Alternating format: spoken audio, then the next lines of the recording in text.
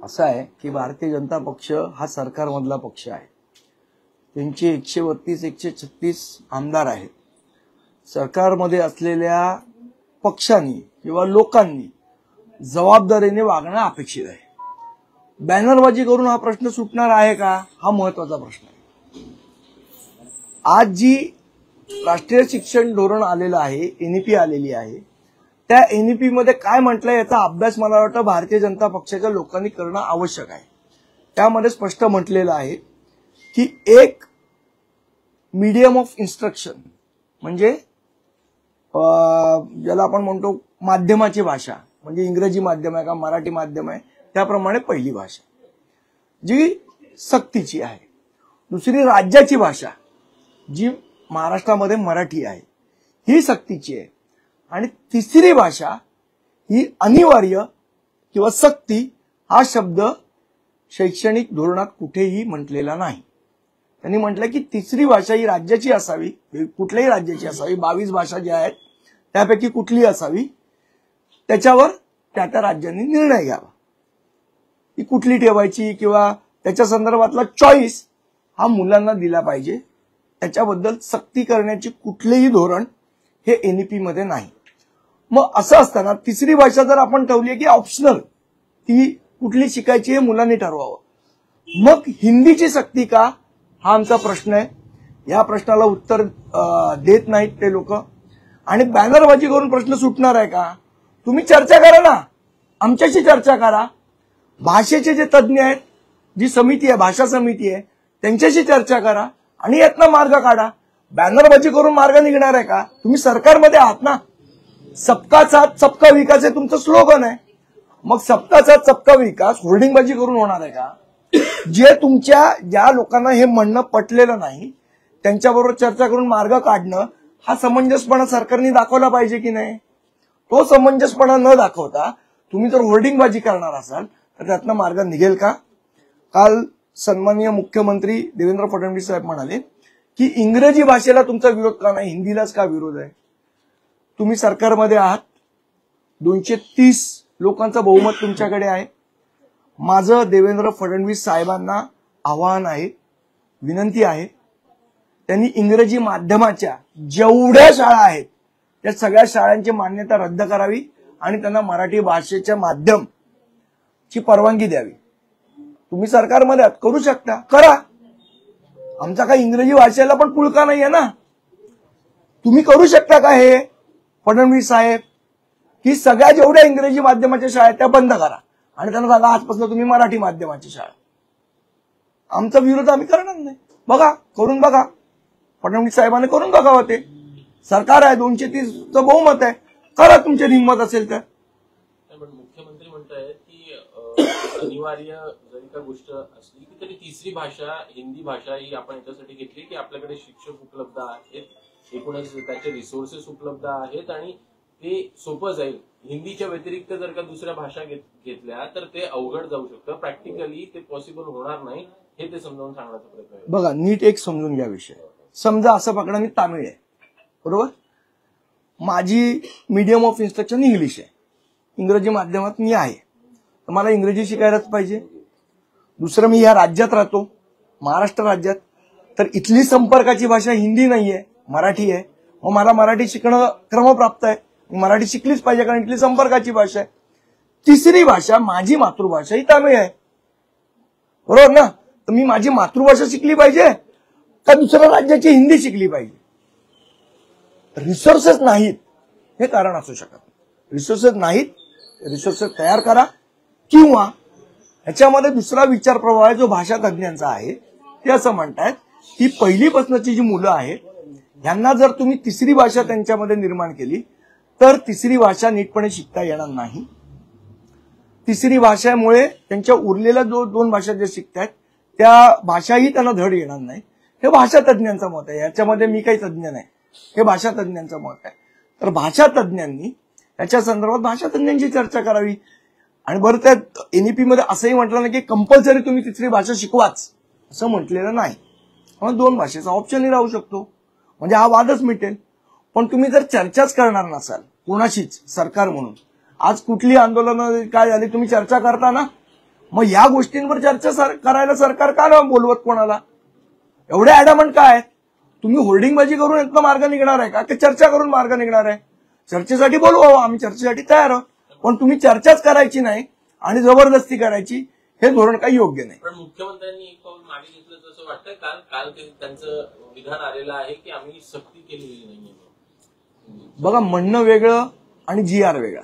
GR मध्ये तुम्ही सक्ती शब्द वापरलाय ना, मग तुम्ही म्हणत काही असेल त्याला काय अर्थ उरत नाही. GR मधनं तो शब्द काढून टाका, वाद मिटला. GR तुम्हीच काढू शकता ना, सरकारच GR काढू शकता ना. सरकारने नवीन GR काढावा आणि सक्ती शब्द काढून टाकावा. आम्ही स्वागत करू, जाऊन सत्कार करू त्यांचा. मधु मंगेश कर्णिकांसारखे साहित्यिक देखील म्हणतात की हिंदी भाषेची सक्ती आमच्यावरती करू नका. बघा कसं आहे, आमचा कुठल्या भाषेला विरोध नाही. हे जे आजचे मराठी भैया आहे त्यांच्यापेक्षा जास्ती हिंदी आम्हाला चांगलं कळतं. आम्ही साहित्य वाचलेलं आहे. मैथिली शरण गुप्त असेल, आधारी प्रसाद द्विवेदी असेल, सुभद्रकुमारी चव्हाण असतील, रामधारी सिंह दिनकर असतील, या सगळ्यांचं साहित्य आम्ही वाचलंय. त्याच्यासाठी आम्ही पहिलीपासून हिंदीला शिकलो, 5वीपासून शिकलो. कुठली भाषा शिकणं याच्यावर आमचा विरोध नाही. भाषेची सक्ती करणं, या सक्ती या शब्दाला आमचा विरोध आहे. सुरुवातीला मला असं वाटतं जर राजसाहेबांचं तुम्ही हिंदी भाषण बघितलं असेल, जे त्या उत्तर भारतीयांच्या याच्यात दिलं, तर राजसाहेबांनी एवढं चांगलं हिंदी हे मला असं वाटतं आजच्या तारखेला कुठल्याही मराठी कुठल्या नेत्याचं असेल असं मला वाटत नाही. मंत्री योगेश कदम यांनी राज ठाकरे यांना सल्ला दिलाय की तुम्ही जर हात पुढे केले तर भविष्यात तुमचेच पाय खेचले. सोड विषय. आता जो विषय आहे ना दोन भावांचा, आता सन्मान्य राजसाहेब परदेशात आहेत, ते बाहेर ते जेव्हा येतील तेव्हा त्याच्या संदर्भातलं ते भाष्य करतील. सामाजिक अग्रलेख सामनामध्ये अग्रलेख पण मी तुम्हाला पुन्हा एकदा सांगितलं की हा जो काय विषय 2 दिवस चाललेला आहे त्या विषयावर जी भूमिका मांडायची ती सविस्तरपणे मांडलेली आहे. आता ह्याच्या पुढचं जे असेल ते सन्मान्य राजसाहेब जेव्हा परदेशातनं परत येतील तेव्हा त्याच्यावर बोलतील. सुरुवातीला तुमच्याकडून एक बॅनर लागलं शिवसेना भवन चौकात, आता भाजपकडून बॅनर लागलं. एकंदरीतच हा मनसेला डिवचण्याचा प्रकार आहे का भाजपकडून? नाही, त्यांनी मी तेच म्हटलं ना, हा थिल्लरपणा करून काय, म्हणजे तुम्ही सत्तेतले पक्ष आहात, तुम्हाला सरकार चालवायचं आहे. सबका साथ सबका विकास ही तुमची स्लोगन आहे. बॅनरबाजी करून विकास साधला जाणार आहे किंवा मार्ग निघणार असेल असं जर भारतीय जनता पक्षाला वाटत असेल तर एक ना 1000 बॅनर लावावेत त्यांनी, पण त्यातला मार्ग निघणार आहे का? तुम्हाला मार्ग हा चर्चा करूनच काढावा लागतो लोकशाहीमध्ये. तुम्ही चर्चेला तयार होणार नाही आणि बॅनरबाजी करणं जर तुम्हाला वाटत असेल योग्य आहे तर त्यांनी ते करावं, तो त्यांच्या पक्षाचा विषय. राज ठाकरेंकडनं महाकुंभच्या पाण्यासंदर्भात जे वक्तव्य केलेलं होतं त्या संदर्भात आता शंकराचार्यांनी एक वक्तव्य केलेलं आहे राज ठाकरे यांच्याकडून. त्यांचं म्हणणं आहे की मन आणि मेंदूमध्ये घाण भरली आहे आणि त्यांना सर्वत्र घाणच दिसून येते.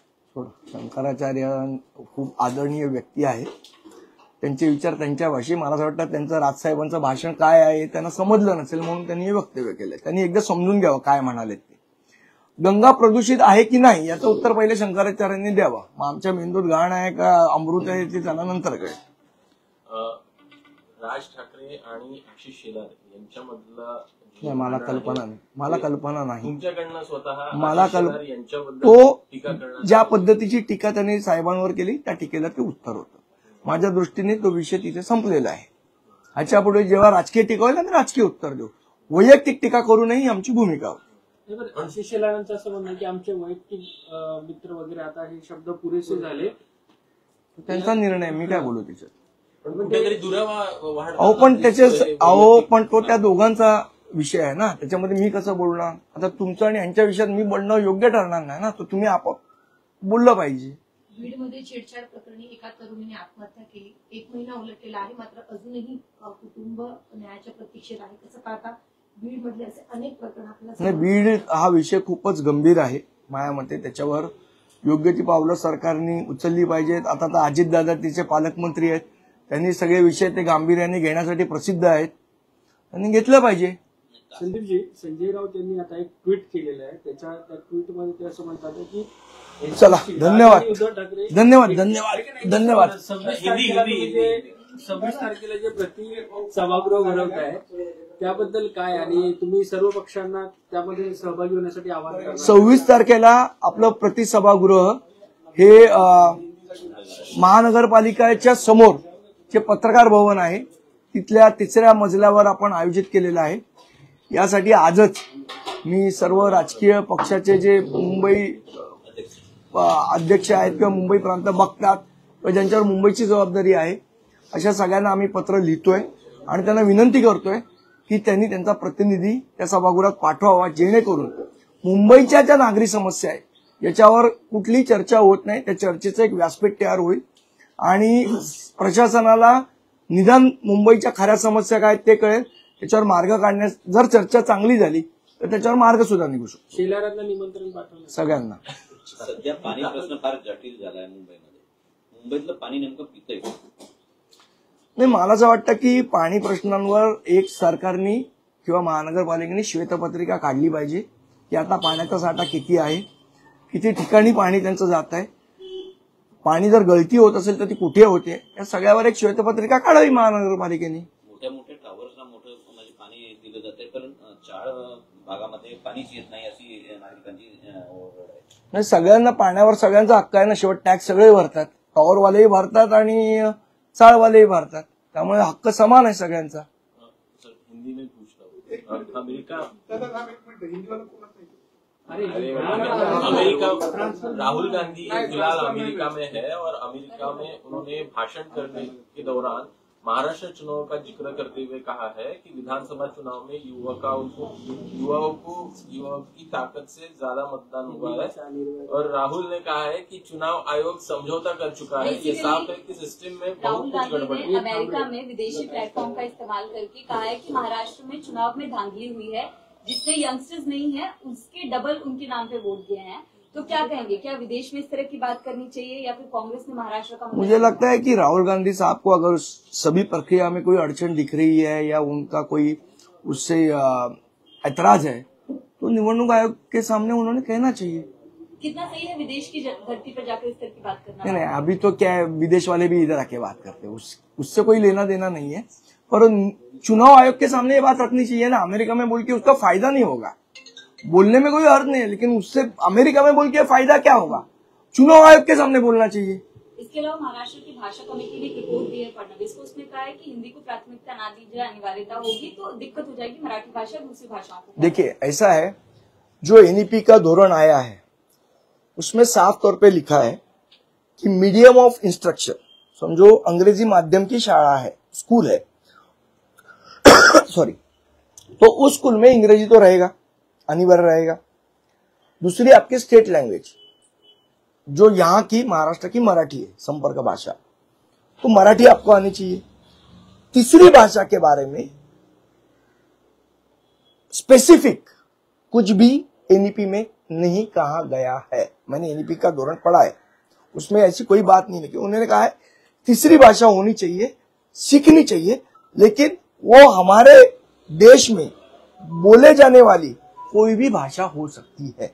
उसमें हिंदी ऐसी स्पेसिफिक कोई टिप्पणी धोरण में नहीं की गई है. नंबर 1. नंबर 2, ये शैक्षणिक धोरण एक सजेशन है, एक सुझाव है, उसको ऐसे का ऐसा आपको लागू करना है, इस प्रकार की कोई शक्ति एनईपी में नहीं की गई. तो हर एक राज्य को ये निर्णय लेना चाहिए उन्होंने इस धोरण के बारे में वो क्या विचार रखते हैं और उसके बारे में क्या करना चाहिए. तीसरी बात, आज जिस प्रकार की होर्डिंगबाजी भारतीय जनता पक्ष कर रहा है, क्या इस होर्डिंगबाजी से कोई हल निकल सकता है क्या? आप सत्ताधारी पक्ष हो, आप सरकार में हो, आपके पास 230 का बहुमत है, आप होर्डिंग लगा के इस प्रकार से वातावरण खराब करने की बजाय आप भाषा समिति हो, हम जैसे लोग विरोध कर रहे हैं हिंदी के शक्ति का वो हो, उन सबके साथ चर्चा करनी चाहिए ना. लोकतंत्र में चर्चा करके मार्ग निकाला जा सकता है. होर्डिंगबाजी से मार्ग निकलेगा ऐसी अगर सरकार की भावना है तो मुझे लगता है वो गलत है. आप का स्लोगन है सबका साथ सबका विकास. अभी सबका साथ में आपको सबको साथ में लेना पड़ेगा. एक खाली एक तबके को साथ लेके विकास नहीं होगा ना.